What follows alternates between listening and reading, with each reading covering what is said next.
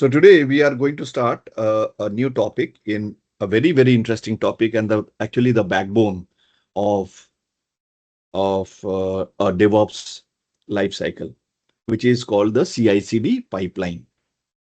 Okay, continuous integration, continuous delivery, continuous deployment pipeline. A pipeline which will help our application to be deployed onto a test server, onto development server, onto pre-production server, and finally onto our production server. Am I audible? Yes, Yes, very you well. are. Yes, sir. Okay. Yes, Okay. sir. Yes. So to do this, we have various tools available in the market, and one of the very famous, it was earlier very famous, was Jenkins. Okay, I hope most of you have heard the term or the about the tool called Jenkins.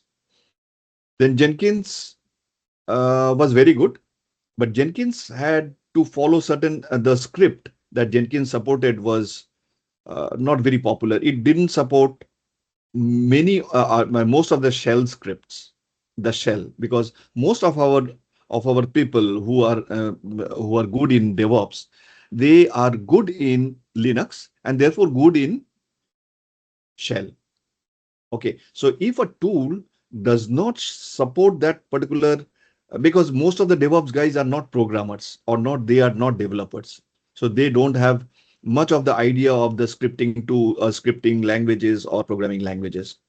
So they are proficient with the shell scripting. But Jenkins didn't support that much of shell scripting.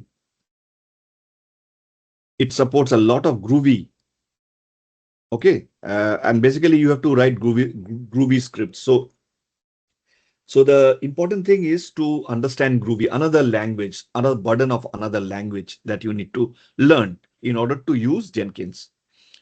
Then came your GitLab, a very, very famous and very popular tool as well. So, but that GitLab has successfully replaced your Jenkins because GitLab absolutely, the entire pipeline can be coded with shell script. No issues. You can write a lot of code. You can play around with lots of tools, integrate a lot of the tools, and it is like a warehouse where you can do each and everything. It's like a departmental store. You enter the store, you get from the smallest of the things to the largest of the things. So you get everything from the project initiation to the project delivery. Everything can be done through. It's like a Jira tool. It's having a CI/CD pipeline. It is having a repository. It can work as a GitHub. Everything can be done. It can work as a Docker hub to store your images and everything, whatever you say. So it is one in all, or all in one, better to say. You do not need to have Jira. A project management tool will already will be inbuilt like. But then came Microsoft with all its expertise to replace GitLab. GitLab was very good, but Microsoft was one notch above. So which is the Azure DevOps CI/CD pipeline. And people are very, very, I mean, they were floored with the number of features and how easy it is to use Azure DevOps. Once you learn it, it has actually floored every other tool. Jenkins is nowhere nearby. Even the GitLab is finding it very hard to compete with Azure DevOps. Okay. So we are going to, in these two sessions, we are trying to build up a bit of overview. What is this tool? What is this going to do? Okay. So just we will go through the few steps or the fundamentals of the tool, how to use it. Are you being able to see the entire screen? Yes, sir. Yes, sir. Very good. So let me go slide by slide. What is Azure DevOps and what are the key features and services? So Azure DevOps is a CI/CD pipeline tool. It is not only that, it comprises of so many important things like the Azure boards. If you are very familiar with Jira tool is one of the project management tool to manage the project. So a project manager will sit on Jira tool and can monitor, can assign or delegate jobs or project functions to various team members, and also monitor the track the progress of the various functions that are being what is the status of whether it's a to do status or whether it has progressed to the work in progress or whether it is any bug that has been issued it has found, so it is in a, or whether it is in a testing phase or whether it's in a, it is resolved, the bug is resolved, or it has gone to completion. So from everything can be monitored. And here also, instead of using a separate tool called Jira, you can use Azure boards, agile planning and work tracking. So what is DevOps? DevOps is implementation of your agile methodology of project delivery. Okay, so came the DevOps, and to have the entire planning and work tracking, you have inbuilt Azure boards. This is one function. This is one important uh, you know module in the Azure DevOps. Then comes the Azure repos. Like you are very familiar with the GitHub, Git repositories. So, but Git repository is a third-party tool. You have to you have to connect as a service from Azure DevOps to store or to get access to all the development source code. Instead of accessing the GitHub, you can have the all the Git features over into inside the Azure DevOps, which is called Azure repos. Can you see this? Azure repos. Then, so Git repositories for source control. Source control, that means you can directly write your pipeline code over in the Azure DevOps CI/CD pipelines, and the pipeline code can be directly stored in the Git repository if you have a service link. Or if you do not want to have a service link between the GitHub and the Azure DevOps, you can have your entire Git repository over in form of Azure repos. So the you know your latency is a bit, so your process or the process within the pipeline will run faster if you have the Azure repository within the Azure DevOps in itself. You do not need to leave and go to connect with a service link to the other third-party tool. Not needed.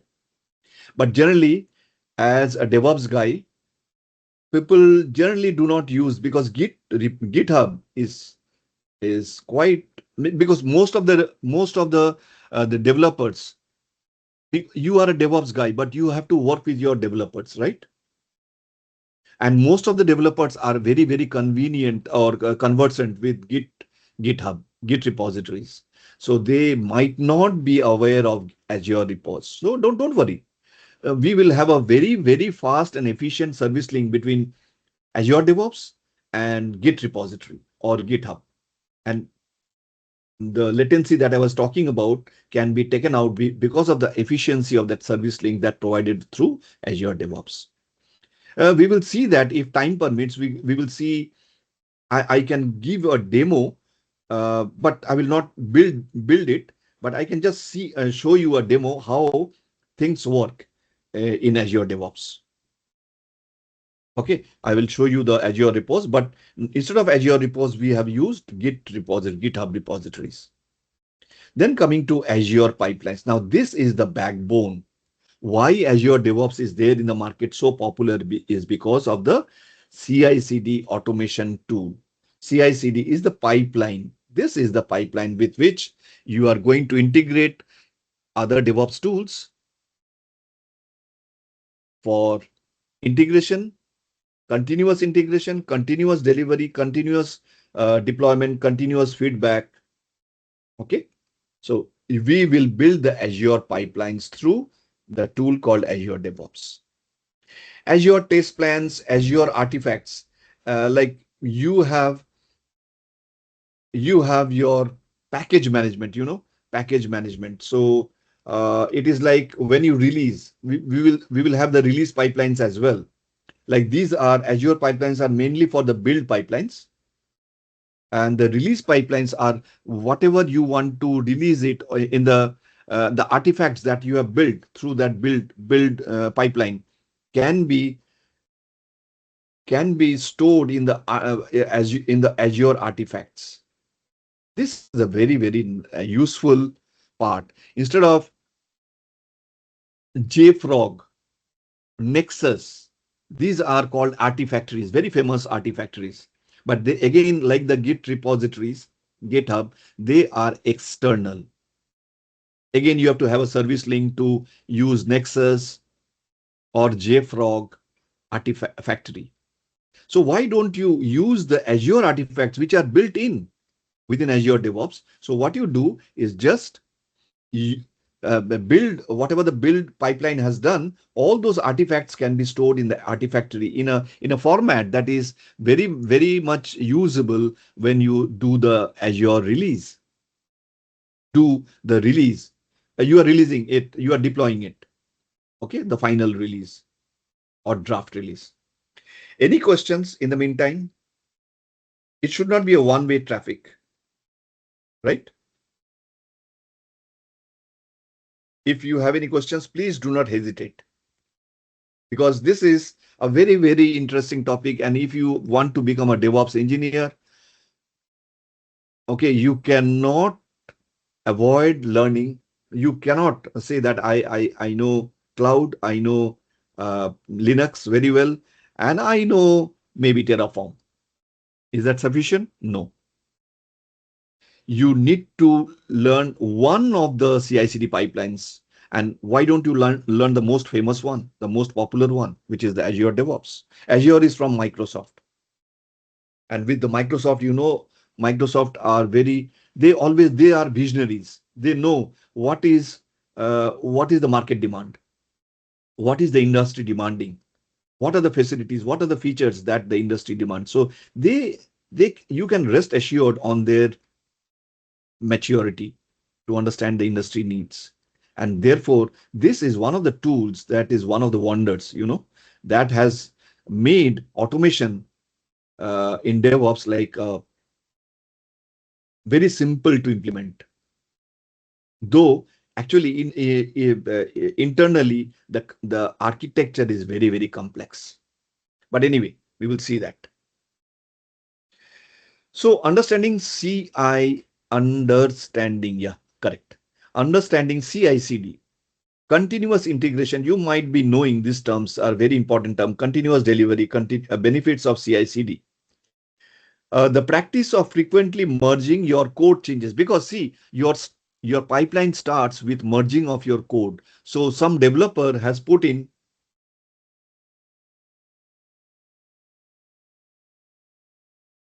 your developer has put in. So this is your developer who will be writing the code. And this is, let's say, the GitHub.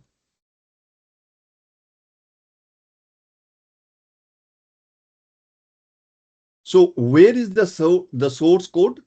The developers are writing the source code, and they must be repositing it or storing it, or you can say there is some technology through which this is a version control tool, VCS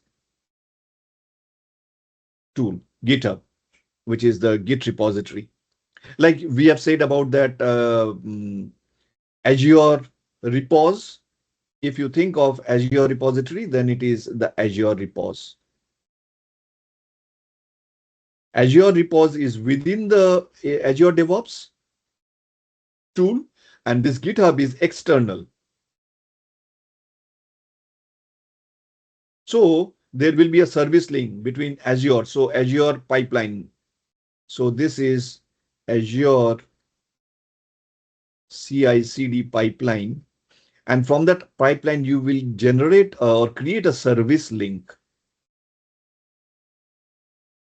You do not need a service link for connecting Azure pipeline with the Azure repos because it is within the tool, within the Azure DevOps tool.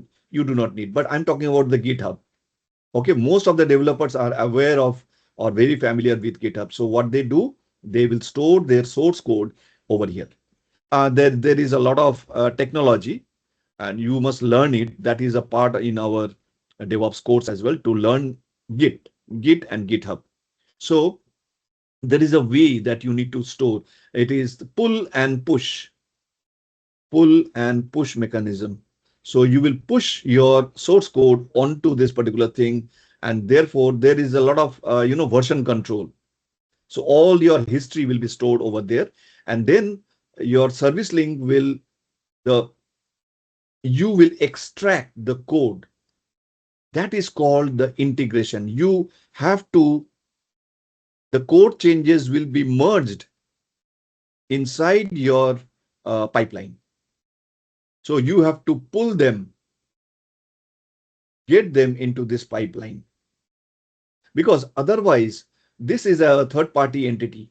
Okay, you will not be able to interact with the developer what they have developed. So this should be coming and merging, or rather integrating with the pipeline.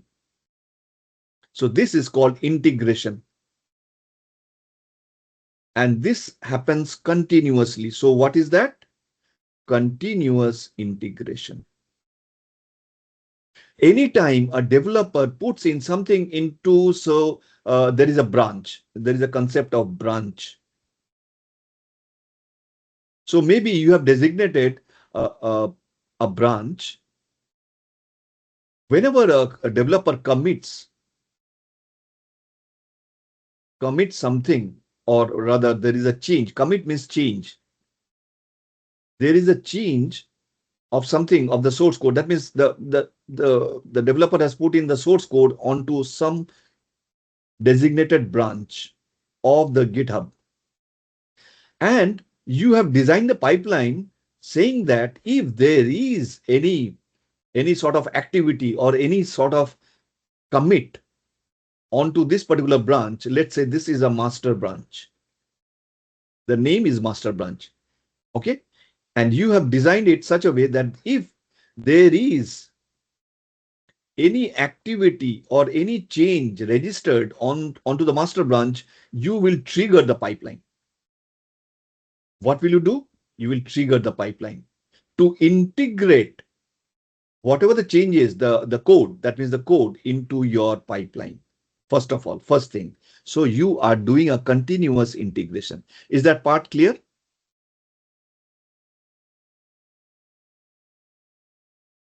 This helps detect integration issues early and improves code quality. So while you have integrated, there can be in the pipeline, there can be, let's say this is a pipeline and you have implemented, or there is another tool called SonarQube. What is that tool? There can be any other tool, but the source code has come over here. You are subjecting this source code into this tool. What is this tool doing? Before you put it for any testing, further testing or build, you must check the code quality of the code. Whether the code follows some standard norms and all those things are basically, that is the need of that is the call. You cannot let a junk or a bad sort of code to go into your pre-production or for testing. So there will be a code quality check. But it is very simple. You have to integrate one more tool into the pipeline, and the source code which is coming through one integration of this GitHub will flow down to the SonarQube. SonarQube will have their some commands that you have implemented on the pipeline that will check the quality of the code. If the quality is not up to the mark because of the thresholds and some of the quality checks that it has to pass through, If it does not pass, it will get back this code, it will give it back to the developer through the pipeline. This is another pipe. This is the same pipeline. It will go and give the report back to the developer. The developer will make the necessary changes and again commit the change onto the GitHub. And once it has come to the branch, again this build will be triggered, or I mean the pipeline will be triggered. Once the pipeline will be triggered, this new set of code will be integrated. And once the pipeline is on the move, again it will go and subject it to the Sonar queue, which is the code quality check. The process is a continuous process. Now, see, this is, it has said the code quality is up to the mark. It has passed the code validation checks. There are no code smells, no code vulnerabilities. Okay, I can pass it. So there is, it will pass it through. Then there is a build server or a build tool. So maybe there is a Maven, because if the code is in Java, you have Maven implemented in the path, in the pipeline. So this is a Maven, or can be JU. There can be so many sort of uh, npm. Then there is the uh, uh, NuGet for .NET Microsoft code. Okay, so there can be, say, let's say for Java, it is Maven. So Maven will try to build on the Java code. And if the build is successful, it will produce some artifacts. We were saying, the Azure artifactory.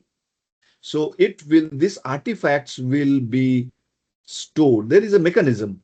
You will store in the Azure artifactory, Azure artifactory. This is like artifacts which will be picked up when you do the release, which is for the delivery. So the process of automatically deploying all the code changes to a testing, and this is the, say, let's say this is the test environment. Okay, you have to now, if the build is successful, you have to release it. That is called delivery. You will package it, release and package. Release, or better to say package it, to release it, or to deliver it to the test server, because there will be a system integration testing. Are you getting me? So this is called CD, and this happens continuously. So the build server has built. So if the build is successful, it will be put into the Azure factory, and when you do the release pipeline after packaging it, it will be delivered to the. So this was, up to this point, it was a build pipeline. Are you getting me? Build pipeline. Please let me know if you are not aware. Build pipeline. So it was still, it has been successfully built, then and stored it to the Azure artifactory. Those artifacts will be put inside. The artifacts can be a jar file or a war file, if I'm talking about Java. Okay. So this jar or the war file is an artifact. This artifact will be packaged and released with the release pipeline to, and that is called the delivery, which is a continuous process and called continuous delivery. Is that part clear? Any question? Yes, it's clear. No, it's clear, sir. It's clear. Any questions, Ernst? Yeah, I was just I typed it in the chat, but I'll simply just ask.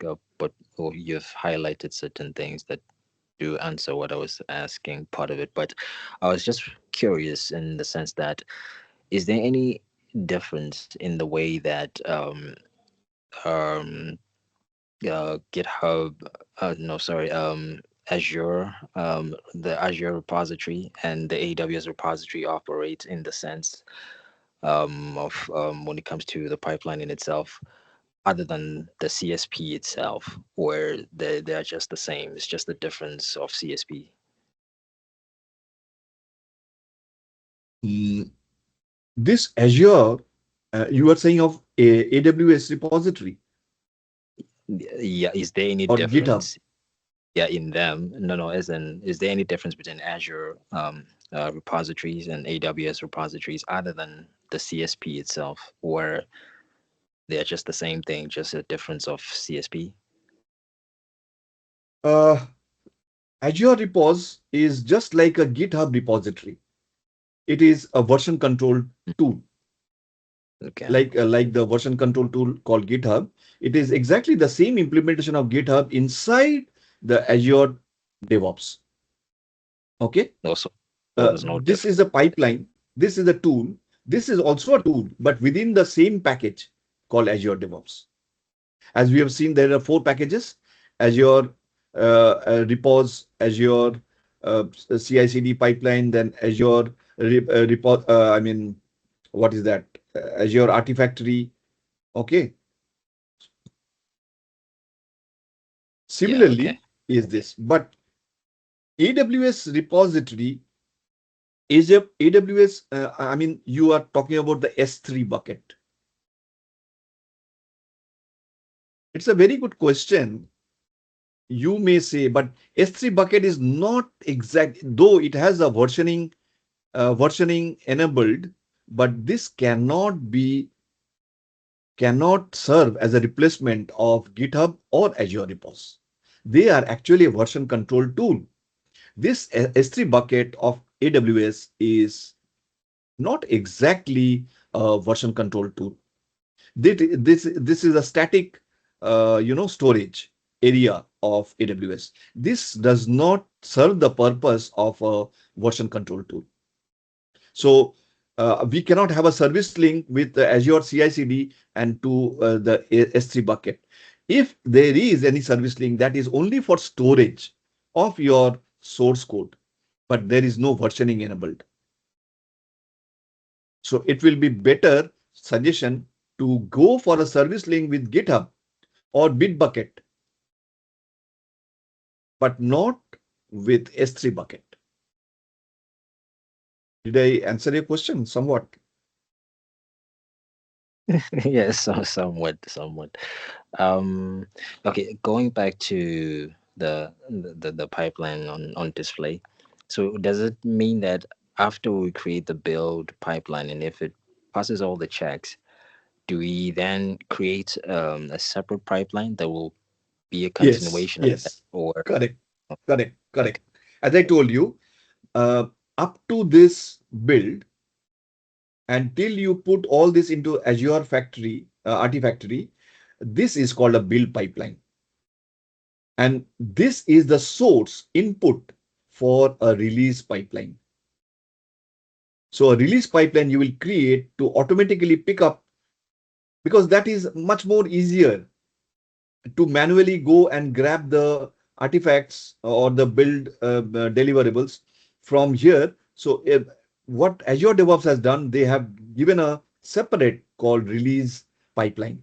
That makes our life easier to easily pick up from this Azure factory whatever you need, because it is already in a package format, and you just pick it up and deliver it with some sort of filtration, some conditions, trigger points. So there is the release thing that we can understand, but when we learn it in quite details.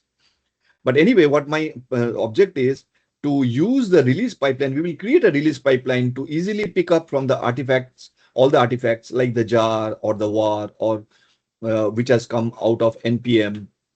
Okay, or Python, the Py and Pies, and therefore we can, because they can maybe a single file or a group of files. Whatever the way it has been designed and put in the Azure factory will help the release pipeline to pick up all that is needed it knows how to pick it up and deliver it to the destination, whether it's a test server or a pre-production server or a pre-production server, pre-production server, or it can be a finally. So there is the advantage of release pipeline is because there are approval stages. I cannot simply pick it up and without testing, I can directly put it into the production. No, never. So I will test it. There is an approval process. There is a lot of approval process that is also handled by the release pipeline. That is the magic. That is the beauty. So everything you can code through simple shell scripts. That is the beauty. Shell scripts, other than shell scripts, you do not need to learn any other. You do not need to learn Python scripts, not Python programming, Python scripts. They are different. You do not need to learn Groovy, Go. You do not need to learn all this part. You just simply using shell scripts in a better way. If you are good in shell scripts, you are more than good to use the build, the release pipelines. Is that fine? Yes, it's fine. One more question. Oh, you removed. Does it mean that Okay. the release pipeline will actually integrate into the build pipeline by picking up those the artifacts that the build pipeline um, was actually developing, or it will have to start its own process? That's actually what I was asking, but you've answered it. Yeah. Yes, a good question. The build pipeline will take care of what are the artifacts after the build has been done correctly. Okay, those artifacts will be automatically. There is a structure of those that artifactory. It's actually these are folders, and this jar will be available into if you have done Maven. So you can rest assured that this jar or this var is available in a target folder. In a target folder. And do you need to worry about this? No, the release pipeline knows about the build. Okay, the build will give an instruction to the release pipeline to pick up the jar file from the target folder. So there is a structure. There is a structure. Okay, this structure is a well-known structure for Artifactory. And so you can use JFrog. You can use Nexus. But no need if you are using the Azure Artifactory, which is coming in built within the Azure DevOps. Why do you need to go anywhere outside? It is quite simple. And so the release pipeline will automatically know what are the artifacts that needs to be picked up and delivered. And once you deliver, you start the test, whatever the test integration. So the testing part is also there. So all this can be automated. The benefits of CI/CD is always to accelerate the delivery times, improve code quality, reduced manual errors. So because you have filtered so here in the testing, you are doing basically a SIT, system integration testing.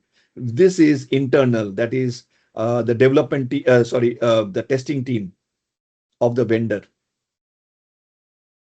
But here, when you do a deployment to a pre-production, you need a deployment to the pre-production. What will happen here? You do it for a purpose. It is for the UAT. And who will do the UAT? It is the client. Ultimately, the client has to be satisfied. The client will say, yes, I'm happy with this. So user acceptance testing. The user is accepting. User is accepting your product. This is a very, very critical testing. more important than SIT. SIT, of course, these are all functional, regressional, um, security level testing.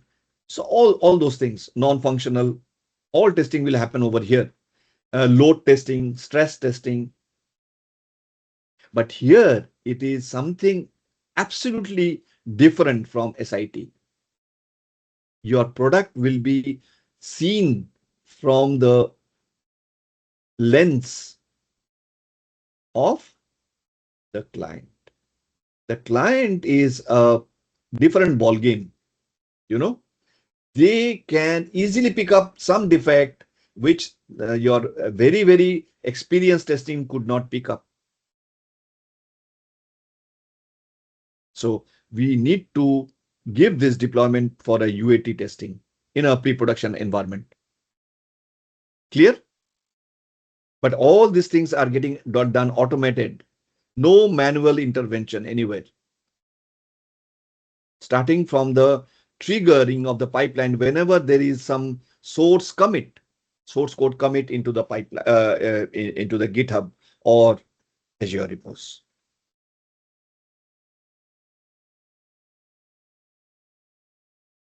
Any question?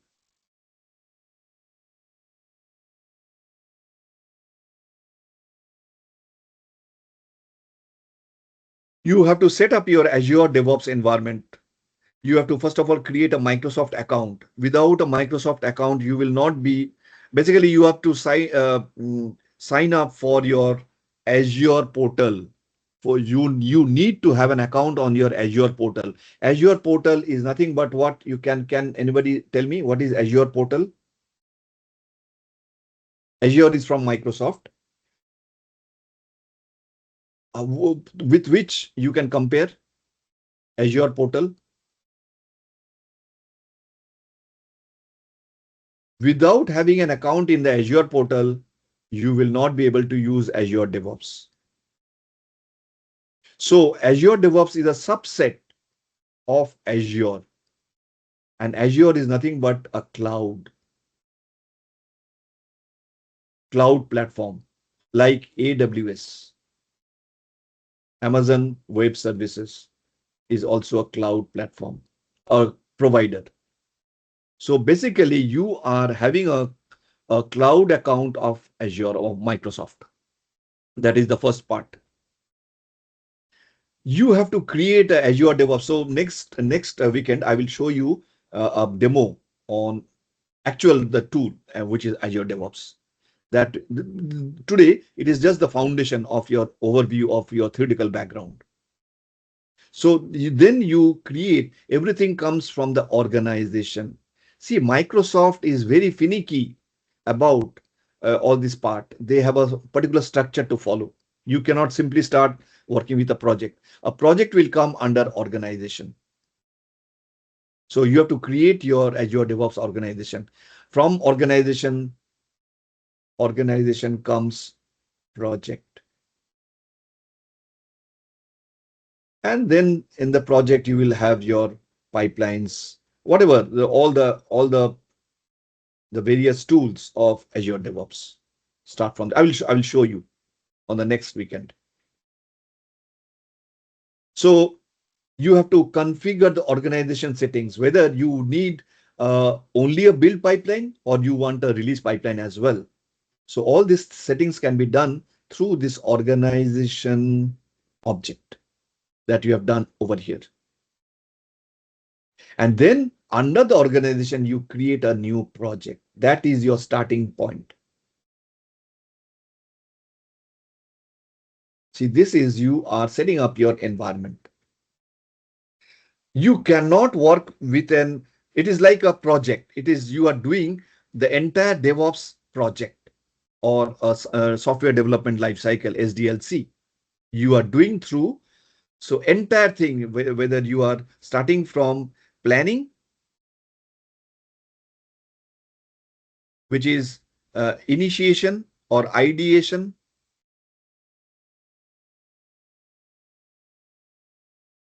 to delivery of the project, which is called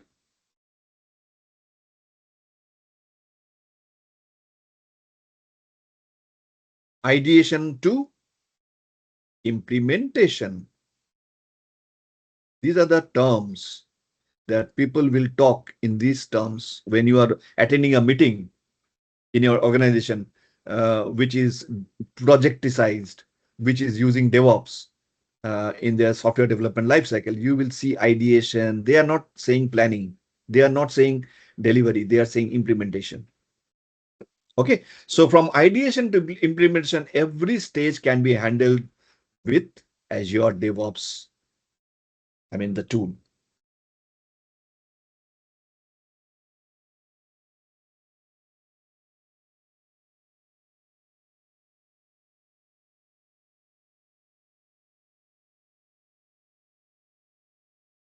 So I don't think I need to go through YAML. YAML, I've already have discussed YAML in details. I think in Ansible, in the Ansible sessions. So it is just a, YAML is a format with which you will write your pipeline.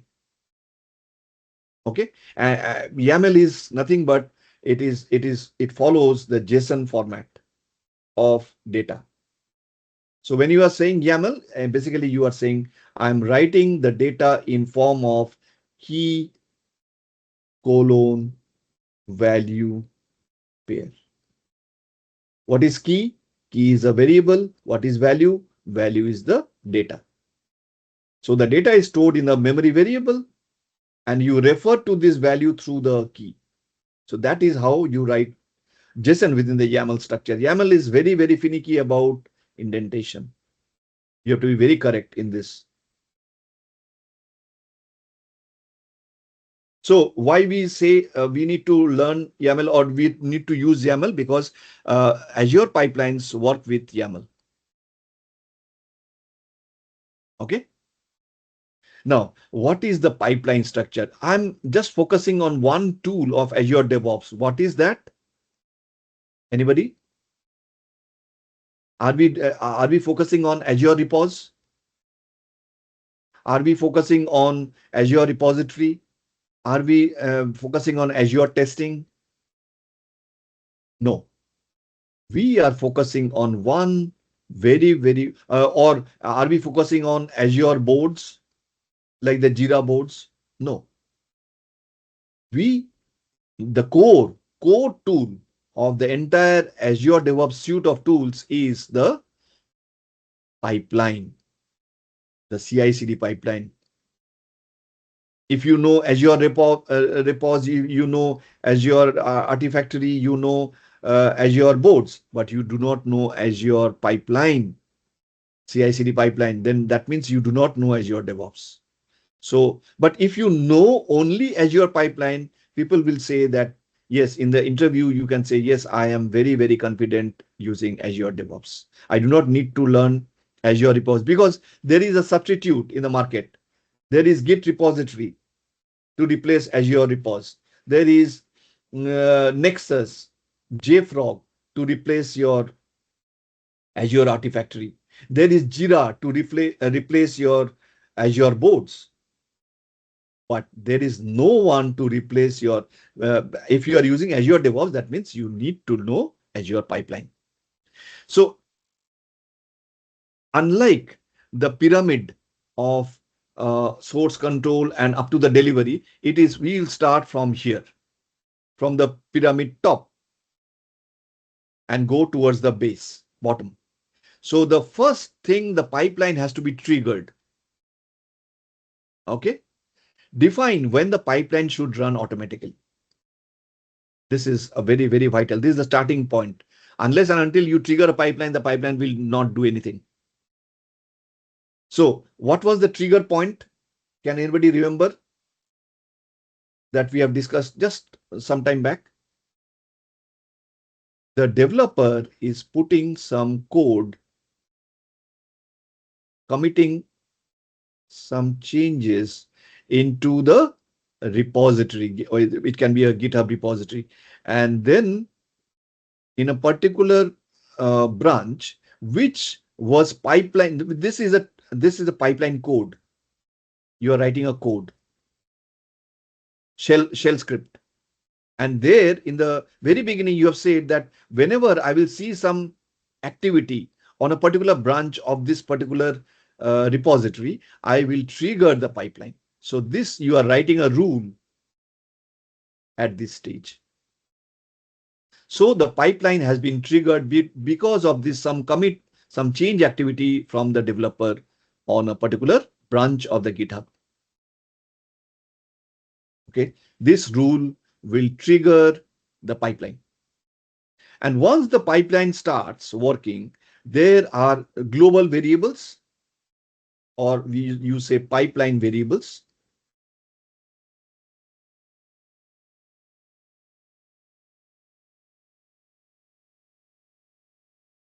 And there is the local variables. Local variables. Can anybody tell me what the difference between global and local variables? Local variables are job level, and these global variables are pipeline level. So what will be the difference? If you anybody can help me. The difference is in the scope of use of the variables, memory variables. Okay, the global has a global scope. That means the variable can be used in inside any job at any point of time, and the variable can keep on changing the value that can be used in any other job. But because it is global, it has been defined at the pipeline level. But the local, which has been defined in a particular job, once the job ends, the scope of this local variable dies. You cannot use that particular local variable in another job. You cannot do that because once it has come out of that job, the scope is gone. That is the difference. Now, you have to organize it in stages. So you can say that code validation stage. Code validation is one stage. Then code build is one stage.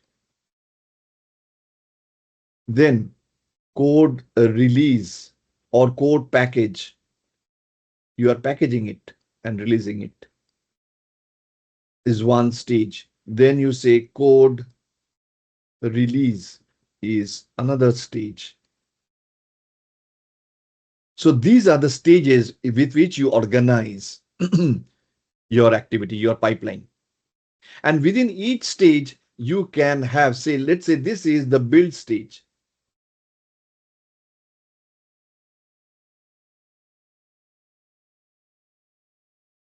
Just 1 minute.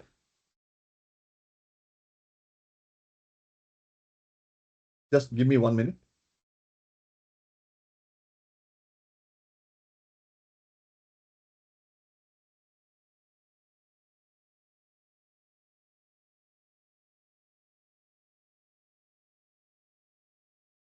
Hello? Hello? हाँ हाँ हाँ हाँ बोलो.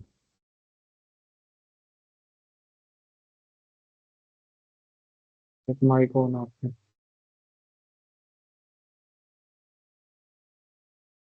শেষ করে দেবো. এই just এসছে. হ্যাঁ হ্যাঁ হ্যাঁ, এটা শেষ করি.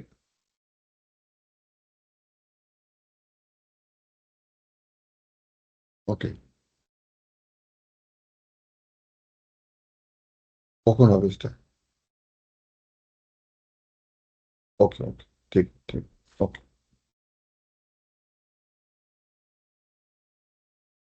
Sorry, guys. I have to go into one more meeting. So I will not take much more time, another say 10-15 minutes. Is that fine for you?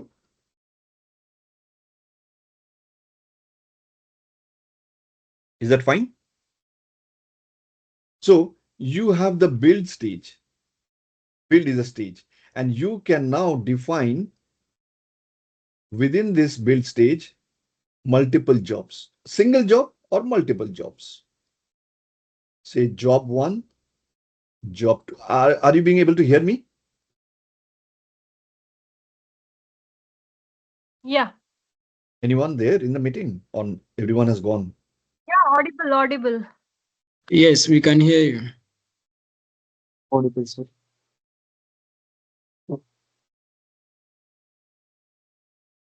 So, Yes, sir, we can hear sorry, you.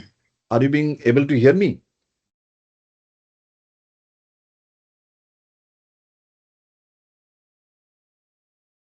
Nobody able to hear me? Yeah, Mr. Devashish, we can hear you. Can, sir. Hello, Hi. We Hello, can we hear can you. hear you. hello. You're audible. Need to chat him. Are you being able to hear me? We can hear Yes. you. Yes, Yes, we yes. can hear you. Yes. Hello. Hello, Uh, we can hear you. I'm not being able to hear you. So there is some because of that phone. I will just leave and come back. Sorry, Mr. Devashish, for Is that fine? call you. Yeah.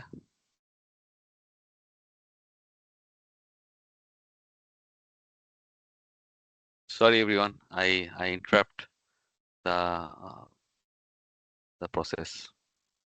I had to call him.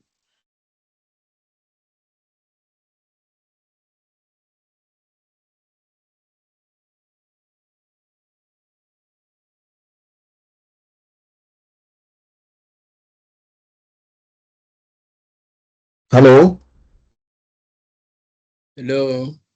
Yeah, I can hear you. Can you hear me? Yes, yes, we can hear you. Okay. So I will just quickly try to wind up today. Another 2 or 3 slides. That's all. So yeah, it is still there. So you see, within the stage, I can have one job or I can have multiple jobs. What are jobs? Group related steps that run on an agent. So agent is something which runs the pipeline. This is a good concept, but it is difficult for me to just tell you right now what is an agent. Agent is, let's say, a server designated by Hello. Microsoft or hello. Sorry, sir, I can't see your screen. Oh, just 1 minute, just 1 minute. Sorry.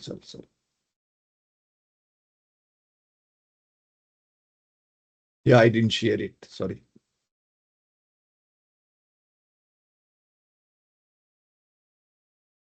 I can see it now. Thank you. Can you see it now? Yes, thank You you. can't see it? Okay. So what I'm saying is, the build has multiple jobs or maybe one job. What are the jobs? The jobs are group related steps.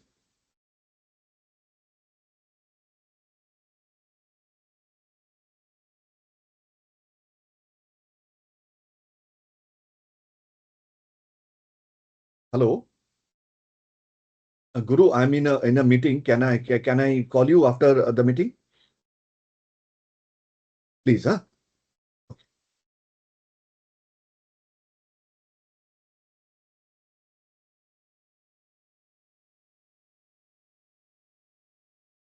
Okay. So sorry for these interruptions. Mm, what I'm saying is, I'm not being able to come out of these jobs. The jobs are nothing but you have grouped some activity within the jobs. You are doing something, as the name suggests. It is a job that you are doing some job, some activity within the pipeline, within the stage. Okay. So build is a stage. Build is a stage, and this is a job. So a job is a group of related steps that run on an agent. Agent is like a server given by Microsoft. Given by Microsoft. Microsoft is saying that please run your job within my server. There is a particular knowledge behind that. We cannot discuss that. It is out of scope. But remember that Microsoft has given you this shared agent. Okay, you can create your own agent, or you can use the Microsoft provided agent to run your jobs, because a job needs some processing speed, power, so many things, memory, that will be provided by this server with the agents, with the agent running. Agent is nothing but some backend process which will help to run the job within the pipeline. And what the job does is job will be split up into tasks called steps. So steps are nothing but tasks, actual physical tangible activity. You are grouping those tasks inside the job. A similar set of job, that is, you are uh, picking up some file, you are writing into that file and dispatching to the file in a group of activity called the job, and those individual steps are called tasks, right? Individual tasks or scripts to execute. Now here you write the shell script. The rest is nothing but the given parameters or given keywords of the Azure pipeline. Any question? So you start to trigger the pipeline, you define the variables, you define the stages, and within the stages you declare the jobs, and within the job you actually do the activity through the steps. So trigger, variables, stages, job, steps. Will you remember this?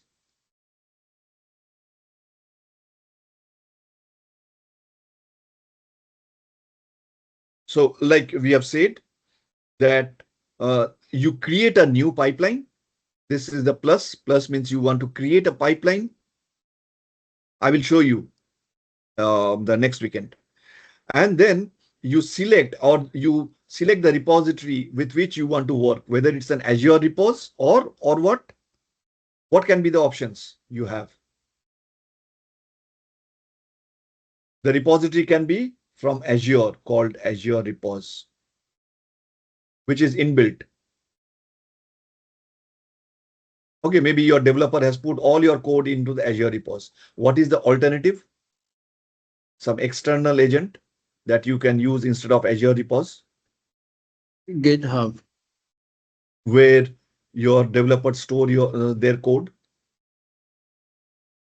It is called GitHub.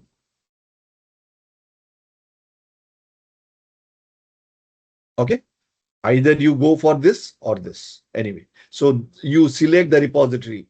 Then you configure your pipeline, select a starter template. That means a template in which you are going to code your pipeline.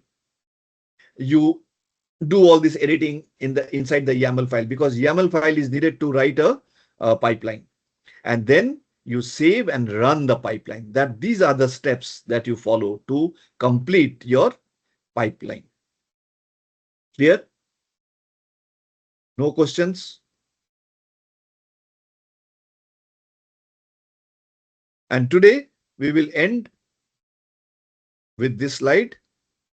Though I targeted to complete 20, but since I have an emergency call with one of my clients, so I have to cut it short. Will that be fine with you? So today I will end over here saying that you have to define your build triggers. So as I told you that the first step that you do is to trigger the pipeline. There are three types of triggers that you can do. Okay. The most popular one, can anybody tell me which one will be the most popular that is easily comprehensible? Generally, when you write trigger, you do not initially start with the schedule triggers or pull request triggers. You always do the branch triggers. That means your developer has put the source code where? Into some repository. It could be a GitHub repository. It could be your Azure repos. Let's say you have this Azure repository, the scope, and in a particular branch. And you have designated that branch to be your trigger point, or something, some changes have been happening into this branch. That means there is a new code change, new change that has happened in this particular branch. There can be hundreds of branches, but you have designated this branch as your merged branch. Whenever a developer would like to get something to be tested, to be built, to be all these things, so it will put it into this branch, merge it into this branch. And once this branch, which is the trigger branch, comes, you will write a YAML code like this.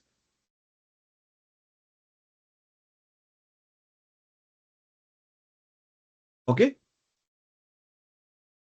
So I will not,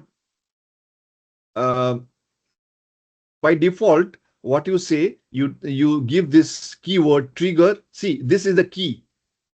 This is the JSON way of writing key. And within this, there is a sub key called branch. Okay. Branches.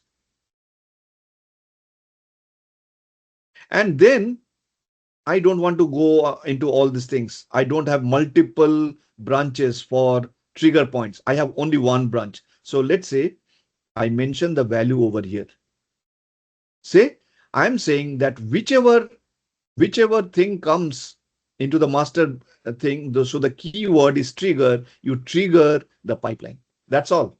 I will write three things: trigger, branches, master. If it is instead of master, it is main, you write it. So anything coming, any code which is coming into this main branch, it will trigger the pipeline.